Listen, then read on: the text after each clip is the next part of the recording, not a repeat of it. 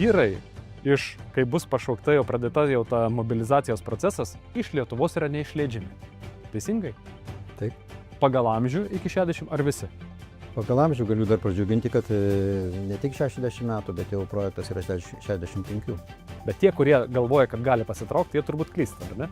Nes jau greičiausiai mobilizacija bus paskelbta tada, kai dar žmogus net nesupras iki galo, kad ši ta padėtis yra labai grėsminga. Ispanijos pakrantės, Graikijos salynas, kur sąlyginai, sakykime, per moduliuojamą situaciją dislokuosis 6 laivynas ar panašiai, bus taikinių zona, ten bus raketiniai smūgiai.